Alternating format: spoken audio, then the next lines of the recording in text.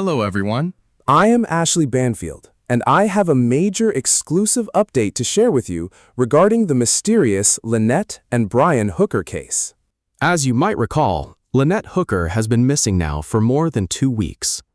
It started on a beautiful sunny Saturday night on Elbow Cay in the Bahamas, where Lynette was sharing drinks with her husband, Brian, sometime between 4:30 and 7 that evening, before she vanished completely. Her husband, Brian, claims they walked down to the docks and boarded their small 8-foot dinghy powered by a tiny 2 to 4 horsepower outboard motor, and started motoring out to the sailboat where they had literally been living out their retirement. They had been living on that sailboat. A 46-foot ketch anchored just south of the Abaco Inn, where they had just been having drinks. According to Brian, they never reached the vessel because the waves were 2 to 4 feet high. The wind was howling, and darkness was falling fast. He says she was thrown from the boat, they drifted apart in the storm, and he insists, "I tried. I tried. I even threw her a flotation cushion. But Honestly, it just did not work." He says she went overboard with the dry bag and the engine's kill switch key on a lanyard. She had both items with her, and crucially, the spare key was inside that very dry bag. And can you believe it? He claims he just drifted for the next 9 hours until he washed ashore at Marsh Harbor. There are so many red finds here. But first, we must examine the timeline of when Brian claims they departed the Abaco Inn after their drinks. He claims they left around 7:30. It takes roughly 10 to 15 minutes to ride in a dinghy from those docks. Around the bend of White Sound Channel and down the sheltered lee side of Elbow Cay. The wind was absolutely roaring on the Atlantic side. But it was typically much calmer over on the Sea of Abaco side, where they anchored. A dinghy like that draws only 6 inches, meaning they can skim right over the shallowest waters and do not need to venture far out. They are able to just hug the shoreline where the water is calm.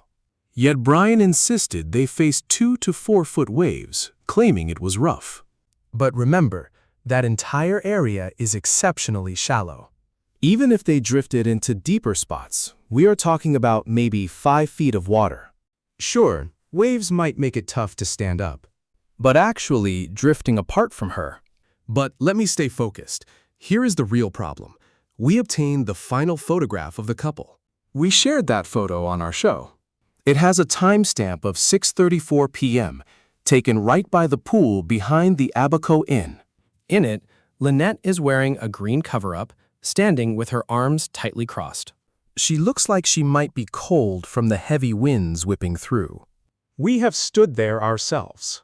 I stood in that exact spot at that very hour. It gets chilly because the Atlantic wind blasts straight onto the eastern shore of Elbow Cay. So you have this east wind slamming the island, but once you cross over to the western side, it is much quieter. And noticeably hotter, in fact. I was actually sweating over on that side, where the sun was still beating down at 7 p.m. The sun stayed up until 7:30. We actually secured the sunset photograph. This is the crucial piece of evidence that I need to show you right now. This is an exclusive photograph we obtained just today, and right now it is Tuesday, April 21st. The shot was taken by someone sitting up in the bar at the Abaco Inn, the exact spot where Lynette and Brian ordered drinks before she stepped out to watch the sunset. She snapped a gorgeous shot of the sunset. But it is a live photo. You know how those work, right? They capture about 2 seconds of movement right before the shutter snaps. A live image. Of course, she had absolutely no idea back then. How could she? Until this tragic disappearance made headlines, prompting her to check her phone. The photo is time-stamped at 7 p.m. as the sun set. Right at 7 p.m. If you zoom closely into the background, a figure is walking across the street from the inn. It looks exactly like Brian Hooker, but Lynette is nowhere in sight. There are several ways to interpret this, everyone. But the crucial point is establishing that he was still on land at 7 p.m. Initially, Lynette's daughter Carly and her partner Steve caught a brief glimpse of the security footage from the resort, and were certain they spotted the couple at approximately 6:38 p.m. They identified both Lynette and Brian heading down to the marina. They were still on the walkway, not yet reaching the main road. just making their way down to the pier. That served as our final confirmed timeline for their departure, and it is incredibly earlier than the official timeline Brian provided to investigators. He claimed he departed the harbor at 7:30. This new evidence shifts things back by almost an hour, meaning they had plenty of daylight for their trip, while navigating their dinghy out to the boat. a quick 15-minute ride where visibility would still be high. It was not pitch black, debunking his excuse that he immediately lost track of her in the dark.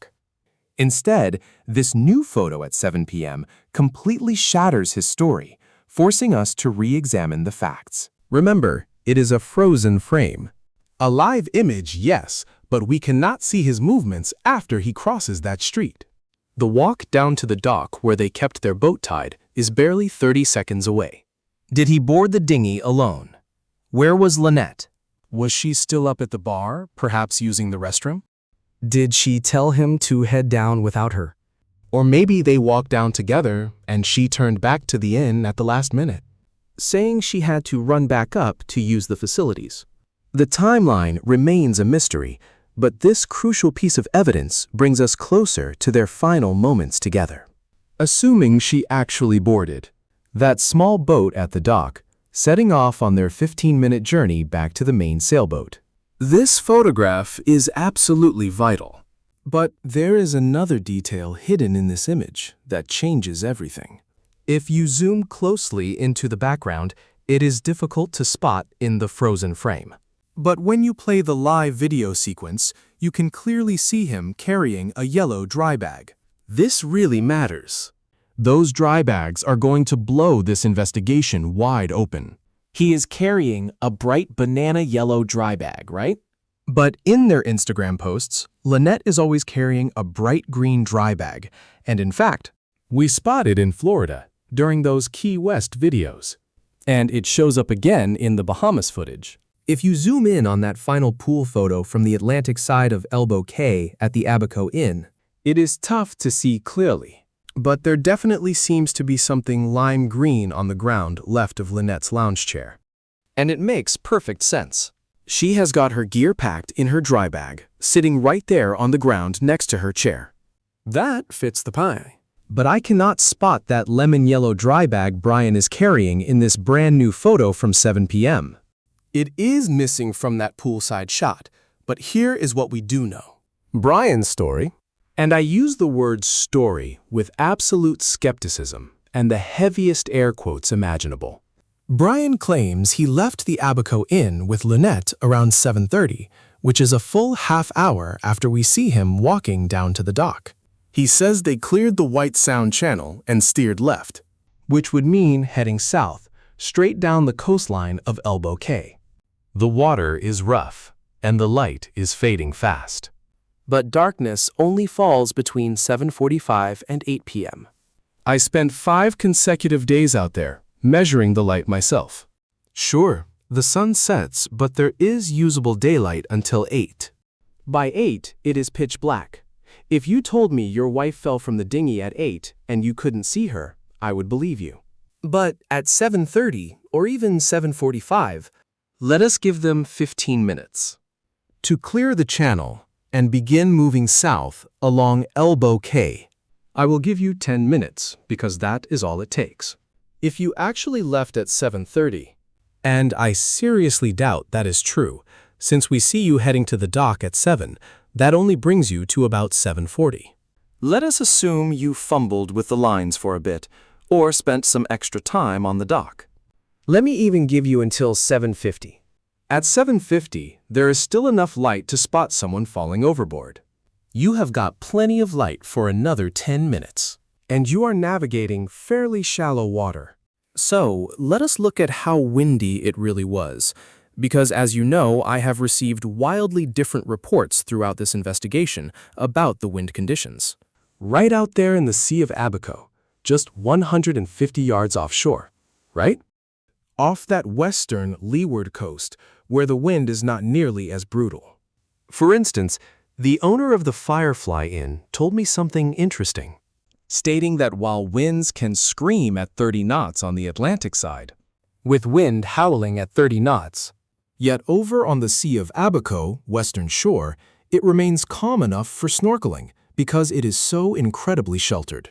essentially, it is an absolute haven for boaters looking to drop anchor, find safe harbor, sleep peacefully, swim, and just enjoy themselves. It is a true safe harbor, shielded from the wind. But that was a critical detail I had not yet heard. 30-knot winds could be screaming out there on the Atlantic side, while you are calmly snorkeling over on our side. We can actually back that up with photos from that very day. How about that? The security footage and the entire reason the Firefly Inn is so critical to this investigation is because Fire and Rescue told me That Brian and Lynette had actually visited the Firefly Inn earlier that morning, sometime around 11 a.m. Afterward, they reportedly raised their anchor and headed south along the coastline, Traveling barely a quarter of a mile before anchoring again, planning to lower their dinghy and make their way into the Abaco Inn. to grab some drinks and soak up the sun. So, I personally went to the Firefly Inn, spent hours talking with the owner, and ultimately obtained the property's security surveillance footage. Surprisingly, the records show Brian and Lynette did indeed anchor near the Firefly Inn. But they never actually boarded their dinghy. At least, nothing like that shows up on the surveillance. Their small dinghy remains secured up on the davits. Suspended right off the stern of the vessel. That is standard practice when you are living aboard a sailboat, because you always need your tender. It is the small utility boat used to ferry you ashore, since a larger yacht cannot navigate those shallow coastal waters. Yet they never actually lowered that dinghy. That vital tender, off the back of their sailboat. And here is the strange part. The security timestamps for Soulmate, the 46-foot ketch sailboat that Brian and Lynette called home, Capturing the moment they arrived and dropped anchor. Right outside the Firefly Inn is actually from the day before. That was Friday. April 3rd, right around 1:30 in the afternoon. they sail in, drop their anchor, but never make any move toward the shore. They remain on board and stay overnight. I assume they slept, but they definitely stayed on the boat. The following morning, around 11 a.m., is when they finally hauled up their anchor and sailed away. But they never actually set foot on land, according to the video. The footage never captures that small tender reaching the beach, nor does it ever place them inside the restaurant. Furthermore, staff ran their credit card files and found absolutely nothing indicating that Brian or Lynette Hooker used a card there. Now, over at the Abaco Inn, a journalist from the New York Post interviewed the bartender shortly after my own conversation with him. That reporter managed to uncover one critical detail. Revealing that Brian paid for his drinks with cash at the Abaco Inn. So, perhaps if they had visited the Firefly property, they used cash there too, but the surveillance footage simply shows no sign of them. So, I spent nearly an hour reviewing these details with the Firefly Inn staff and the owner, and it really does not look like they ever came ashore. But that is not vital. The most crucial clues are at the Abaco Inn. I have never seen security footage guarded so aggressively in my entire career. The general manager of the Abaco Inn has locked it down. I have tried absolutely every angle to view that footage. To obtain it, I just want to trace the final steps of Brian and Lynette. I need to know exactly when they boarded that dinghy. I want to see what clothes they were wearing and pinpoint the exact minute they climbed into that small boat. but no luck.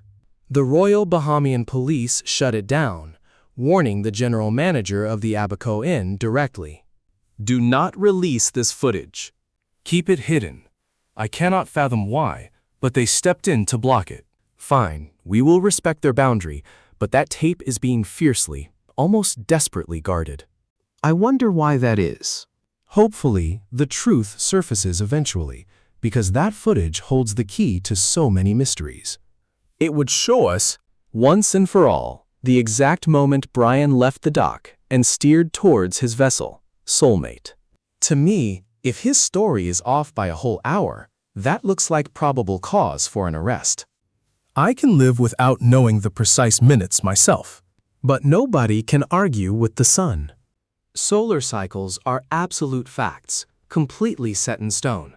Twilight begins around 7:30, and that is when the darkness starts creeping in. Yet, even at 7:45, there was enough light to record my podcast outside, which I did. By 8, the light fades fast, incredibly fast. You go from dusk to total blackness in 15 minutes. You cannot outrun that astronomical timeline. Do not claim you departed at 7:30 if the electronic timestamp proves otherwise. That discrepancy is precisely why this detail grips me. Assuming you departed the dock at 7:30. Then LYNETTE supposedly went overboard by 7:40. I will even stretch it to 7:45. Let us add 5 more minutes, making it 7:50. You could still easily spot her in the water. Yet Brian insisted it was pitch black, too dark to keep her in sight. First, he says he saw her. Then his narrative begins to fracture into conflicting stories. To one witness, he claims, I shouted for her, but heard absolutely nothing in response. But then, he tells rescue workers that he called out, and she replied, though he could not understand the words. That is completely different. And what about the life preserver he allegedly threw out to her? Honestly, that safety gear was more like a cheap pool toy. It barely offered any buoyancy, and they normally just used those cushions as makeshift seats inside the dinghy. They kept them perched on the tubes of the boat, simply to serve as soft padding during transit. He claims he tossed the green one toward her as she struggled in the water. I suppose throwing that particular item makes some sense. It had some weight to it. Meaning it would not immediately blow away in the gale. That howling wind. Yet 2 life vests were discovered resting at the bottom of the boat when it drifted ashore at Marsh Harbor. 2 life jackets. Why did he not put one on, tether the dinghy to himself, and dive in? Why not rescue his drowning wife with the second vest? A basic rescue plan. Never attempted. He did not even drop the anchor to secure his position. None of it. He claims he only dropped anchor after reaching Luber's quarters, but that story feels highly questionable at best. Hard to say. Probably about 2,000 yards off. That is a serious distance. And he did not even launch the flare until he got there? What? That is crazy. It makes absolutely no sense. Let us look at the wind. Now, the security cameras at the Firefly Inn captured footage of those docks. Here is what the scene looked like at 7:15. Do you see any howling wind? This was April 4th at 7:15 in the evening. I do not know what Brian's story is, or what really happened out there. We know that photo of him heading down the dock was taken at 7. But since he claims it was 7:30, let us look at 7 o'clock first. It is 7:15 now. Notice how perfectly calm the water is. Sure, this is a bit of a sheltered bay as you approach the Firefly Inn, but I am sorry. This is no howling storm. We are not seeing 2 to 4 foot waves. Honestly, I cannot even spot a wave. Look closely at that boat heading out. It is not kicking up any spray. There is 0 side spray because it is not hitting rough water. It is gliding through calm bathwater. As it moves further out, a slight ripple begins, but a tiny ripple is not a 2 to 4 foot swell. Keep in mind, this is 7:15, right when Brian was probably stepping into that dinghy. According to his timeline, that departure happened 15 minutes after this footage. But looking at the video, It was 15 minutes earlier. You can see the truth for yourself. now, if we go up the hill from this specific viewpoint, climbing high onto the island's ridge so we can look over the eastern side and actually feel the wind coming straight off the open Atlantic. I actually have that too. This was at 7:30. Look closely at those flags. The owner of the Firefly Inn specifically pointed them out to me and made a vital observation. He noted that the flags are not even standing straight. Sure, you can see palm trees swaying, but the breeze is not fierce enough to blow the flags rigid or hold them straight out. They just flutter, droop for a second, flutter slightly once more, and then droop down again. That is not 30 knots. It does not even look like 20 knots. Honestly, I doubt it is even 18 knots, which is what official reports claimed the wind was when Brian and Lynette were on the water. But watch and judge for yourself. This was no gale. This was April 4th. This shows the exact wind at 7:30 on April 4th. We can also check the water surface, though the digital grain makes it a bit tricky. The resolution blurs as you zoom in toward the waves, but there are absolutely no whitecaps out there. There are simply no 2 to 4 foot swells visible in this footage. This is our first real footage of the actual sea conditions along the protected leeward side of Elbow Cay, Barely a quarter-mile north of the Abaco Inn. Where Brian and Lynette allegedly set out and tragedy caught up with them. Tragedy found her. But whether tragedy actually struck him, I just don't know. Trying to piece this puzzle together, bit by slow bit, has been incredibly difficult. It was agonizing during those 5 days we spent investigating on the ground.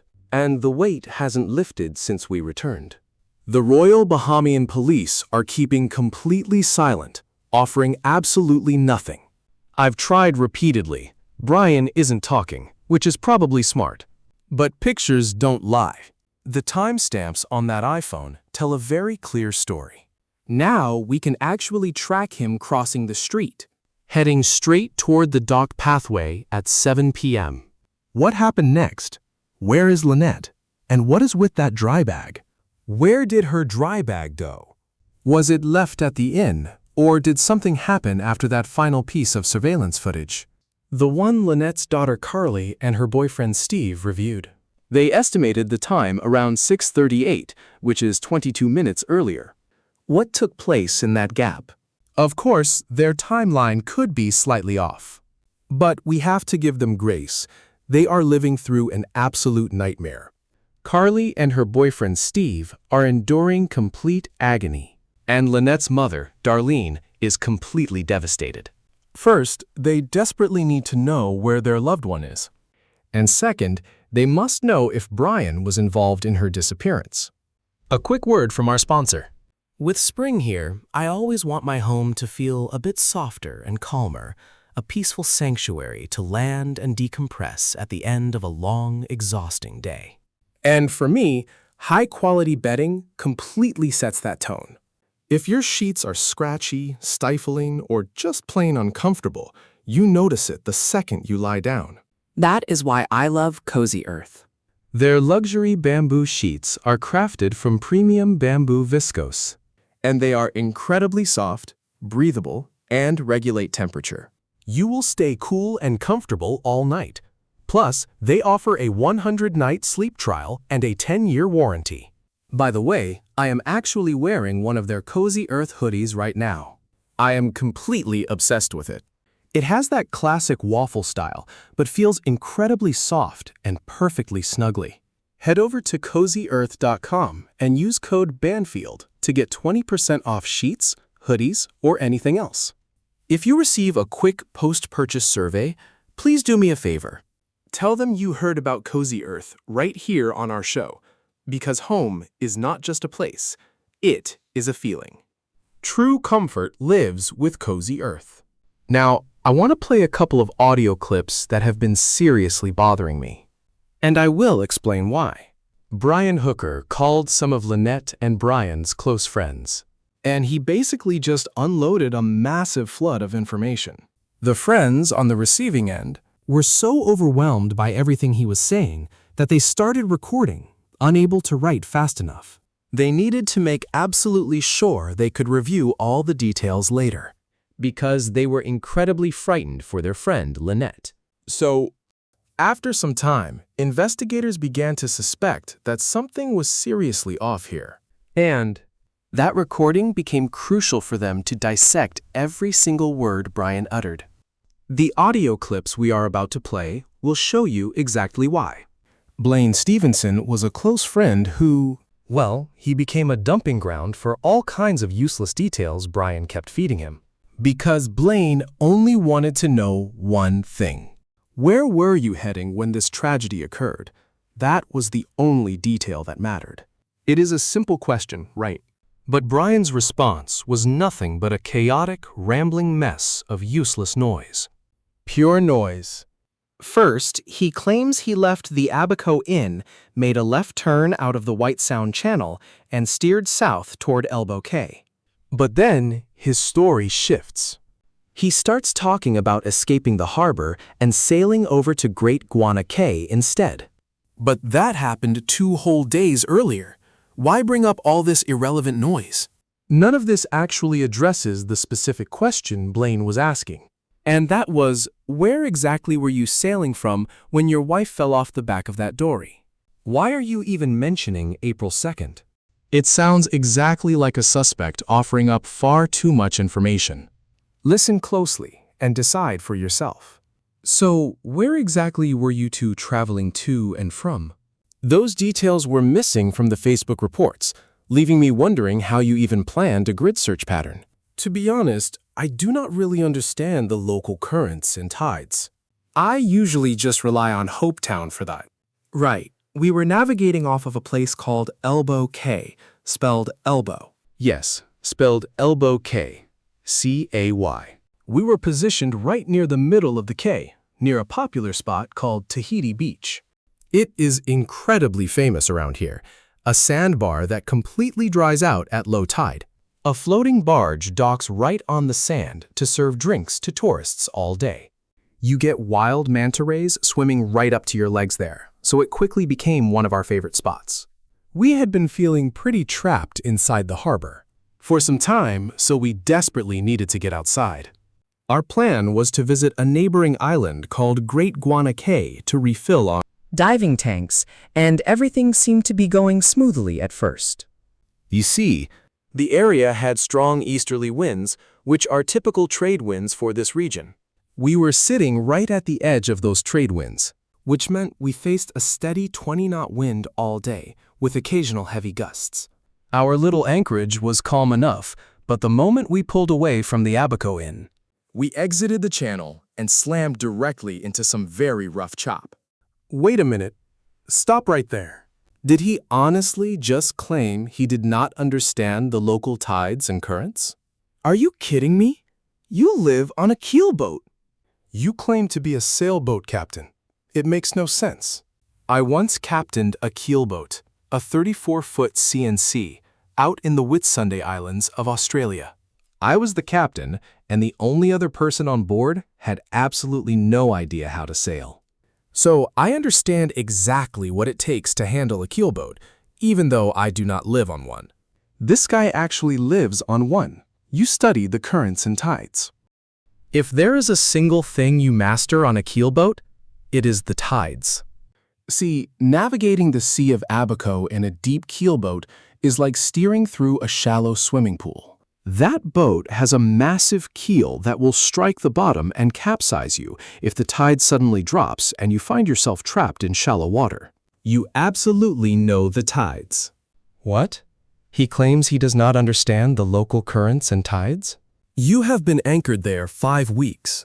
You have been sailing the Sea of Abaco and Marsh Harbor, this entire area. You have been there for at least 5 weeks, okay?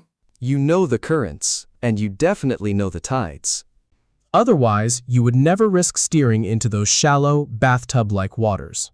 Right? So that is the first major lie I have to call him out on. Besides, you had already spent the night anchored right off Elbow Cay, because I saw you. I spotted your boat near the Firefly Inn. You dropped your anchor on Friday, and you slept on board until Saturday, finally hauling anchor at 11:30 in the morning. So do not dare tell me you are clueless about the local currents and tides. You dropped anchor and slept. As a former captain, I know exactly what that means. I may have captained a boat, but I am not some lifelong mariner. A keelboat. You do not sleep soundly when you are terrified your anchor might drag. And if you do not understand the tides, you would not dare drop anchor there. And you sure as hell would not go to bed not knowing if you are going to stay afloat. Or break loose and drift right away. So do not look me in the eye and lie about the tides, Brian Hooker. You know them. You literally brag to people that you have not tied to a dock in 2 years. You master the tides. You understand the currents. All right, look at this next clip. Blaine Stevenson asks a very direct and clear question. Were you anchored off the Abaco Inn? It requires a very simple answer. Yes, just slightly south of the channel leading into the Abaco Inn. See? I just answered it. Instead, what you get is another round of endless, evasive rambling from this guy. He babbles endlessly, and then suddenly begins rambling about some vague sense of risk. He starts mentioning the crowd down at Tahiti Beach, Just a quarter of a mile away, whom he was bragging to. Look, plenty of people who live aboard. Or, our active cruisers literally live on their sailboats, drifting all around the Caribbean. They love to boast about how they have not tied up to a dock in days, months, or years. It is a badge of honor for them. Yet this man randomly drags this boast into the investigation. Do not ask me why. Seriously, do not ask me why. His wife has been missing for barely a couple of days. and here he is, injecting bizarre details into the conversation like, Talking about how risky sailing is, and now here he is, having lost his wife. Who would have thought? Really? Is this seriously how you answer Blaine Stevenson when he asks where you anchored? Listen to this yourself. So, your boat was anchored right near the Abaco Inn. Over by White Sound or Joe's Cay? Yes, we anchored out, probably half a mile south of the White Sound Channel on Elbow Cay, heading down toward Tahiti Beach. We stayed near the southern end of a spot called Aunt Pat's Bay. Pronounced like Californians say aunt, or how Westerners say it. But we had traveled, Maybe half a mile or 3/4 of a mile to Tahiti Beach, where the popular hangout spot is. We spent the whole day there and met some really nice folks later on. And I recalled, You know how outsiders look at our lifestyle. Marnie and Lynette thought what we did was just incredible. I started lecturing them about living an authentic existence, saying true authenticity requires real risk. Then my wife vanished that very night, and it felt as though the universe was listening to my arrogance. This guy, seriously, this guy, he is the absolute definition of protesting way too much. When I listen to Brian Hooker, I hear a man who simply cannot stop talking. He is tripping over his own words, oversharing, and piling on useless details. You have to ask yourself why. Now, I need to ask you for a massive favor. Something incredibly urgent. The United States Coast Guard investigators working on this case desperately need your help, and frankly, so do I. If you happen to be around this area on Saturday night, April 4th. right before Easter Sunday, did you record any video footage? Did you take any photos, perhaps capturing the sunset outside the Abaco Inn? Your camera might have caught a glimpse of Lynette or Brian. You might even have photos of their small dinghy. There is vital evidence hidden inside those files. Please send any pictures or video clips to dropdeadseriousinfo@gmail.com. We place the link down below to make this simple for you. If you don't want to send them to me, that's fine.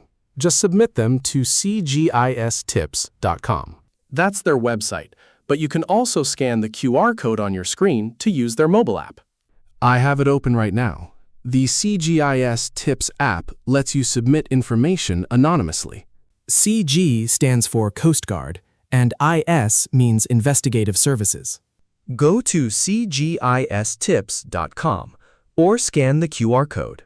We will provide that link below too, if you are watching and know anyone who visited Elbow Cay. Or if you know a traveler who recently returned, please check your photos near the Abaco Inn between 6:30 and 8 at night. If you snapped photos of the Abaco Sea from a nearby home, send them my way and make sure to copy the United States Coast Guard.